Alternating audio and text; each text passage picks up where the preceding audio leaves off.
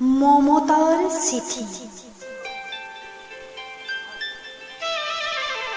কবি হেম বৰুৱা।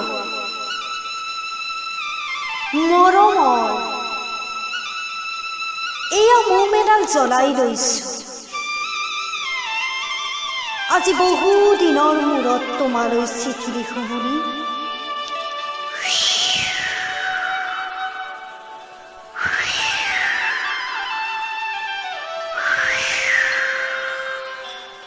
বাহিৰৰ উৰুঙা বতাহ জাগাহি মোমডাল কোবাইছে। চাওঁ খিৰিকীখন জপাই দিওঁ। 7 বছৰ আগৰ কথাবোৰ তোমাৰ মনত আছেনে? আমি যে নতুন জীৱনটোৰ পাতনি মেলিছিলোঁ। মোৰ গাত সেই অচিনাকি নিচা বাৰুকৈয়ে লাগিছিল। সিদিনা আছিল কাতিৰ কুঁৱৰীখনৰ কোমল পুৱা। পদূলিত তল সৰা শেৱালিবোৰ উপচি আছিল।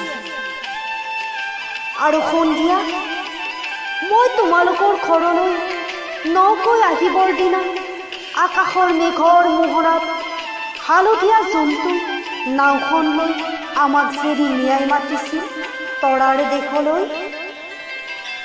মই লোৱা কঁকালৰ ৰিহাখনলৈ তুমি বাৰু তেনেকৈ কিয় একেধৰ চাইছিলা? মোৰ কেনে লাগিছিল জানা? তুমি যেন কোনোবা দূৰ বিদেশৰ স্বপ্নাতুৰ আলোকৰ মানুহ, আৰু মই যেন তলসৰা এপাহ শেৱালি।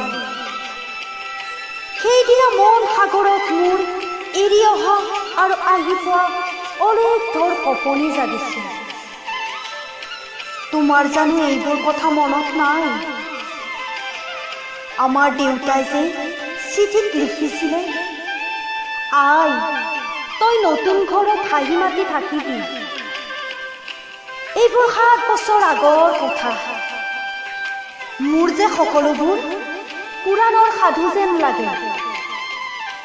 জেঠমহীয়া দেউতাৰ বছৰেকীয়া হৈ গ'ল। তোমাৰ বাবুল এতিয়া বৰটো হৈছিল। তাৰ ওপৰৰ পাৰিত এধানিমান ডালিম গুটি যেন তাত অকণি গজিছিল। সি মোক একেবাৰে এৰিয়েই নিদিয়ে। কেতিয়াবা মোৰ যে ইমান খং উঠে। তুমি নাই নহয় সেইকাৰণে।